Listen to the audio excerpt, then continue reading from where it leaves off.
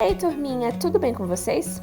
Hoje nós não vamos ter aula síncrona, mas eu estou aqui para te ajudar a realizar as atividades do dia. E vamos começar com língua portuguesa. Na atividade 13, você vai ter que marcar as palavras que dão a ideia de repetição. Por exemplo, a palavra remontar, o verbo é montar. Digamos que você está montando Lego, mas montou errado e teve que remontar. Então, remontar é uma repetição. Vamos observar as palavras retiradas da agenda do Cazuz e responder algumas perguntas. Vamos observar as palavras vovó, português, metrô, sofá. O que elas têm em comum? Qual dessas palavras tem o som final mais aberto? Vamos comparar as palavras vovó, metrô, português, sofá.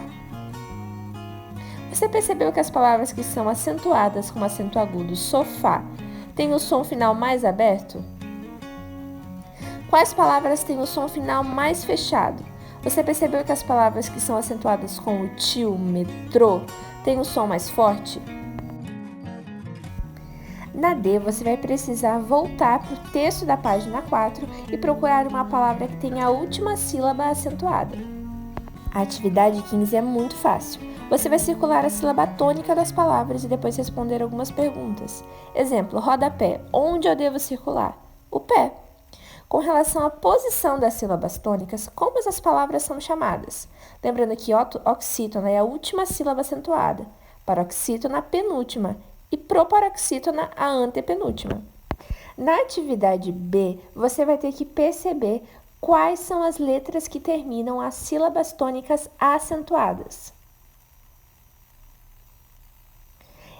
Atividade 16. Escreva o nome das imagens e depois responda a pergunta. Qual é a diferença das palavras que você escreveu? Algumas são acentuadas, outras não são acentuadas? Você vai voltar para a página 4 e responder. No primeiro quadrinho, que a palavra poderoso está se referindo? Ao Calvin? Ao computador?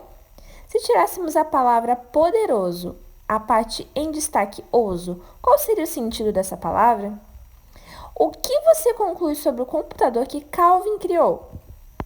Aula de Geografia, realizar as atividades da página 82.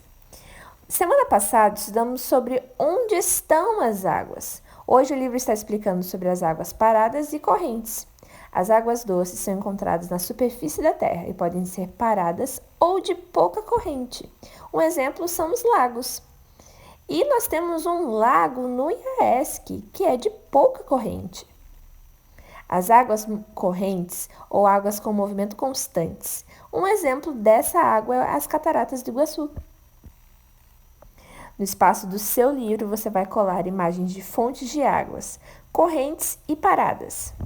A aula de matemática de hoje está muito fácil. Você vai treinar a divisão e a multiplicação.